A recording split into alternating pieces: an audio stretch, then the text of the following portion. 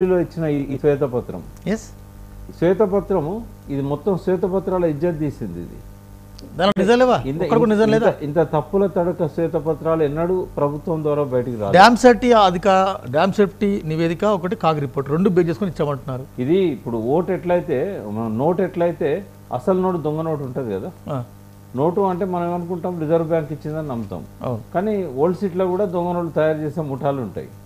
ఇగో దొంగ నోట్లు తయారు చేసే ముఠాలాగా ఇది ఒక దొంగ శ్వేతపత్రాన్ని సాక్షాత్తు అసెంబ్లీలో ముఖ్యమంత్రి గారు నీటిపారుదల శాఖ మంత్రి గారు దీన్ని విడుదల చేయడం అన్నట్టు అది ఇచ్చింది ప్రభుత్వం అండి. తెలంగాణ ప్రభుత్వం ఒక శాంటిటీ ఉంటుంది, అందుకే శాంటిటీ లేకుండా పోయిందనే కదా ప్రభుత్వం ఇచ్చే శ్వేతపత్రాలను జనం నమ్ముతారు. అంత గుడ్డిగా ఉంటుందా? అంత గుడ్డిగా ఉంటుందా? తప్పుల తడక 24-30 పేజీలు గారు అంటే చెప్పింది రాజకీయంగా చెప్పింది అనుకోవచ్చు.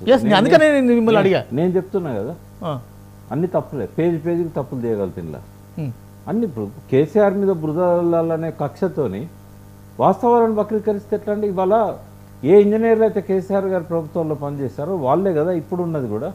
అంటే వాళ్ళందరినీ తప్పుపడతాను. ఆ ఇంజనీర్లందరినీ ఇలా తల దించుకుంటున్నారు. అసెంబ్లీకి వచ్చి వాళ్ళందరూ తల దించుకుంటున్నారు, మమ్మల్ని తప్పుపడుతున్నది ఈ ప్రభుత్వం అని. మరి సస్పెండ్ ఎంతమందిని చేస్తావు? 600 మంది ఇంజనీర్లను సస్పెండ్ చేస్తావు? ఇవన్నీ అన్ని అబద్ధాలతో నిండిన ఇది. వాళ్ళు చేసిందంత గొప్పగా చెప్పుకున్నారు. వెంకట నేను ఏమంటున్నా 57 లక్షల ఎకరాలకు నీళ్ళు ఇచ్చినామని చెప్పుకున్నారు కాంగ్రెస్ 2014 వరకు. 57 లక్షల ఎకరాలకు పోనీ రాజశేఖర రెడ్డి పీరియడ్లో ఒక 5 లక్షల ఎకరాలకు కొత్తగా నీళ్ళు వచ్చినాయి. అంతకుముందు 52 లక్షల ఎకరాలకు. ఇప్పుడు ఐపీ క్రియేట్ చేయడం వేరు, ఐపీ యూటిలైజ్ చేయడం వేరు. ఉదాహరణకు రాజోల్ బండ్ డైవర్షన్ స్కీమ్ ఉంది. 87,000 ఎకరాలకు 87,500 ఎకరాలకు ఐపీ క్రియేట్ చేయబడ్డది. ఏనాడన్నా 60 సంవత్సరాలలో కేసీఆర్ వచ్చేనాడు దాకా 30,000 ఎకరాల కన్నా నీళ్లు బారినాయా? ఎందుకు రైతులు రాత్రిపూట నీళ్లను మలుపుకోపోయి వాళ్ళ మీద వందలాది తప్పుడు కేసులు పెట్టాల్సి వచ్చింది కాంగ్రెస్ గవర్నమెంట్?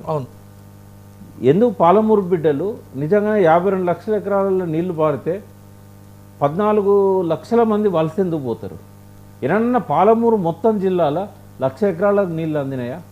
నిజాం ఈ రాష్ట్రాన్ని భారతదేశంలో కలిపినాడు 16 లక్షల ఎకరాలకు సాగునీటి వసతి ఉండే, చెరువుల కింద కానీ నిజాం సాగర్ కింద కానీ అప్పటి ప్రాజెక్టుల మీడియం ఇరిగేషన్ ప్రాజెక్టుల కింద కానీ. వీళ్ళు 2014లో తెలంగాణకు ఈ రాష్ట్రం నుంచి విభజన జరిగి ఉమ్మడి ఆంధ్రప్రదేశ్ నుంచి తెలంగాణ ఏర్పడే నాటికి గదే 16 నుంచి 20 లక్షల ఎకరాలకు నీళ్ళు వచ్చినాయి.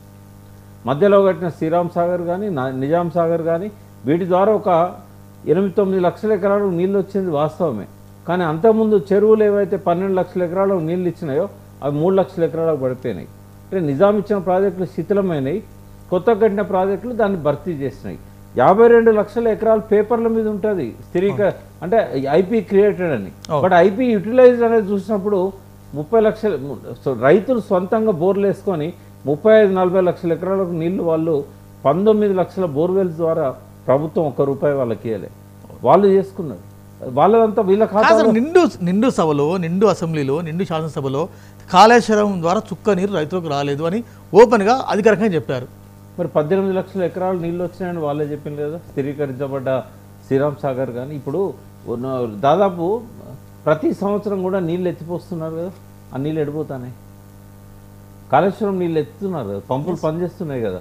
ఏది దాదాపు 21 జూన్ 2019 నాడు ఫడ్నవీస్, తర్వాత జగన్, కేసీఆర్ గారు, నరసింహన్ గారు గవర్నర్, నలుగురు కలిసి దాన్ని రిలీజ్ చేశారు. ఆ రోజు నుంచి ఇవాళ వరకు కరెంట్ బిల్లులు ఎందుకు పెరిగినాయి? మరి ఎక్కడి నుంచి వీళ్ళు నీళ్ళు ఎత్తిపోసింది వాస్తవమేనా? మన నీళ్ళు దొంగలు ఎత్తుకపోయినా, కాకెత్తుకపోయిందా, చిలికి ఎత్తుకపోయిందా, ఏమెత్తుకపోయింది? ఆ నీళ్ళన్నీ ఎడిపోయినాయి. సముద్రంలో తిరిగి వదిలిపెట్టిన నీళ్లు అంతా కొడితే ఒక 50 టీఎంసీలు కూడా ఉండవు. మరి ఎత్తిపోసిన నీళ్ళన్నిటితో పంటలు పండకపోతే ఈ ఎక్కడి నుంచి 3 కోట్ల మెట్రిక్ టన్నుల ధాన్యం పండింది? అందుకే అబద్ధం అని చెప్తున్నాను. ఎస్. మరొకటి మేడిగడ్డ పిల్లలు కుంగింది 1-2-3 దాన్ని పెద్దగా చేసి చూపిస్తున్నారు. మన తెలంగాణ ప్రభుత్వం వెళ్ళింది, రాష్ట్ర ముఖ్యమంత్రి సహా మంత్రుల బృందం, ఎమ్మెల్యేల బృందం వెళ్ళింది. ఇవాళ అసెంబ్లీలో కూడా దినమంతా అదే చర్చ. గృహప్రవేశం జరిగిన తర్వాత ఒక పిల్లర్ దగ్గర క్రాక్ వస్తుంది, దాన్ని రిపేర్ చేసుకుంటామా, నెక్స్ట్ వర్షాకాలంలో మొత్తం కూలిపోమని వదిలిపెడతామా? అది పనికిరాదు అంటున్నారు కదా. ఇప్పుడు సేమ్ సిచ్యువేషన్ అన్నరం కూడా అదే రిపీట్ అవుతుంది అంటున్నారు కదా. మీ ద్వారా నేను ప్రజలకు అప్పీల్ చేస్తున్నా, రేవంత్ రెడ్డి అనే మూర్ఖుడు ఒక పెద్ద కుట్రకు తెరదీస్తున్నాడు. ఏందా కుట్ర అంటే కేసీఆర్ను బదనాం చేయడానికి, ఎప్పటికి కూడా ప్రజల దృష్టిలో చులకన చేయడానికి, అతని మీద బురద చల్లడానికి, మేడిగడ్డ డ్యామ్ కొట్టుకపోవడానికి కుట్ర చేస్తున్నాడు. ఎందుకంటే 100 రోజుల్లో వర్షాలు వస్తాయి, గోదావరికి ఫ్లాష్ ఫ్లడ్స్ వస్తాయి. భారతదేశంలోనే అత్యంత ఫాస్ట్గా వరదలు వచ్చే ప్రాజెక్టు గోదావరి. ఆ గోదావరి వరదలకు ఈ ఎక్కడైతే ఇప్పుడు డ్యామేజ్ అయిన 7వ బ్లాక్ ఏదైతే ఉన్నదో 7వ బ్లాక్తో పాటుగా మిగతా బ్లాకులన్నీ కూడా కొట్టుకపోవాలనే దురుద్దేశంతో చేస్తున్న ప్రయత్నం.